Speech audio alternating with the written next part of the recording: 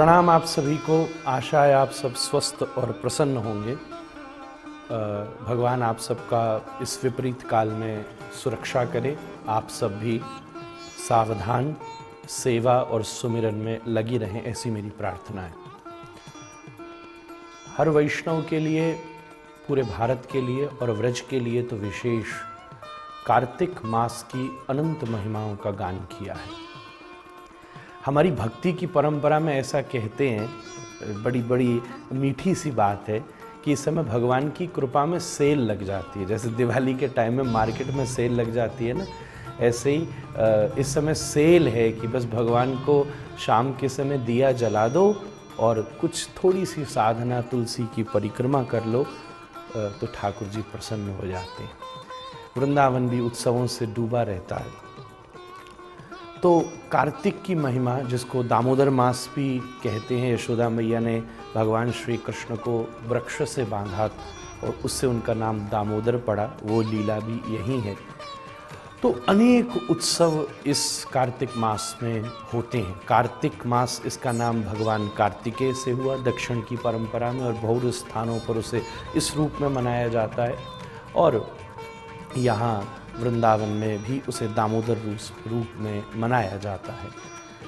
इसकी भी अपनी अपनी एक पक्ष है। इसमें सबसे महत्वपूर्ण विषय है भगवान के सामने दीप प्रज्वलित करना। ऐसा कहते हैं भैया कि हर सनातन धर्मी विशेष जो साधक है वो चातुर्मास्य को माने। चातुर्मास्य 4 महीनों से बना है, तो हर एक महीने की एक एक कॉन्शियसनेस है। Just like we are divided into 4 dimensions. First month should be dedicated on to your physical existence, which is your body. Second, then your mental strengthening. Third, then your intellectual clarity.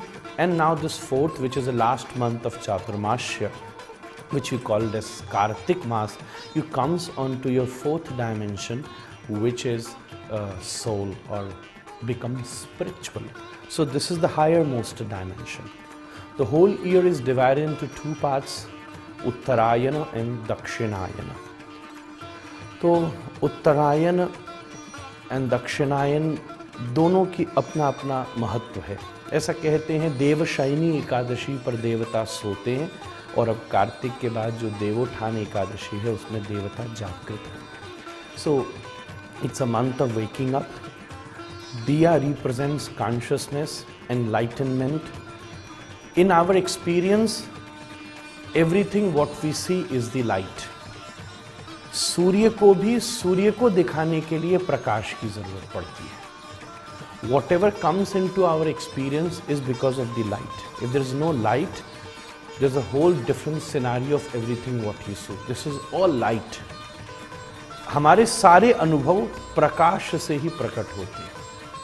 तो यहाँ दीपावली जो प्रकाश का ही उत्सव है, वो तो इस कार्तिक के बिल्कुल केंद्र में आता है, बीच में आता है। अमावस्या, जिस दिन सबसे ज़्यादा प्रकाश की ज़रूरत है, क्योंकि तिथि भी अमावस्या है, और वैसे पूरे महीने। तो दीप का जो प्रज्वलन है, एक प्रकार से वो अपने आप को एनलाइटन्ड करने की पूरी प्रोसेस है। उत्तरायण और दक्षिणायन एक साधना पद है, दूसरा कैवल्य पद है। एक जो साधना का क्रम है चातुर्मास्य, और दूसरा जहाँ एक प्रकार से स्टेट ऑफ प्योरिफिकेशन और दूसरा स्टेट ऑफ एनलाइटनमेंट, उसकी अपनी प्रोसेस है। हम उस क्रिया को, दिए को प्रज्वलित करके प्रकाश के माध्यम से मनाते हैं। जब बाहर प्रकाश होगा तो प्रकाश का जलना, प्रकाश का ठहरना, प्रकाश को संभालना, इस सब की जिम्मेदारी हमें मिलती है, और वही रिस्पॉन्सिबिलिटी हमें अपने अंदर के दिए को प्रज्वलित करने की प्रेरणा देती है। उसे जलाना, उसे संभालना और उसे धरना, यही इस कार्तिक मास का एक मुख्य वैज्ञानिक प्रक्रिया है। अब ये वो समय है जब दिन बहुत ज़्यादा गर्म होते हैं और रात बहुत ज़्यादा ठंडी होती है। तो एक प्रकार से प्योरिफिकेशन हमारा करता है ये। इस समय, इस महीने में लोग भोजन का नियंत्रण करते हैं। स्पेशली नॉन वेजिटेरियंस को सलाह दी जाती है यूनिवर्सली कि इस समय वो नॉन वेज को कंज्यूम नहीं करें, क्योंकि एनिमल्स में भी उनकी रिप्रोडक्शन प्रोसेस इस महीने में सबसे ज़्यादा होती है। तो जब वो रिप्रोडक्टिव स्टेट पर होते हैं तो उनकी बॉडी में डिफरेंट टॉक्सिन्स होते हैं, और इस समय अगर कोई नॉन वेज कंज्यूम करता है तो वो सीवियर टॉक्सिन्स को कंज्यूम करता है। इसलिए इस महीने में भोजन को नियंत्रित किया जाता है। महारानी तुलसी हम भक्तों के लिए तो सब कुछ हैं। हम वृंदा सखी के कुंज में बैठकर अपने लाडले लाल को रिझाते हैं, पर दूसरी तरफ से ये पूरी दुनिया को दिया हुआ एक वरदान है। तुलसी प्रकृति, आयुर्वेद, चिकित्सा, इन सब के आधार पर हम सब पर अनुग्रह करती है। तुलसी के नीचे दिया हुआ जला हुआ दिया जब उसकी स्मोक तुलसी से फिल्टर होके जाती है तो मैंने सुना वो ओजोन को रिपेयर करती है। तो नित्य तुलसी जलानी चाहिए। कार्तिक तुलसी के नीचे दिया जलाना चाहिए। कार्तिक में तो विशेष इस जितने लोग हैं उन सबको हमें प्रज्वलित करना है। तो अगर इस पूरी दुनिया की जनसंख्या 7 अरब है तो मुझे लगता है कम से कम इस दुनिया में 7 अरब दिए जलने चाहिए।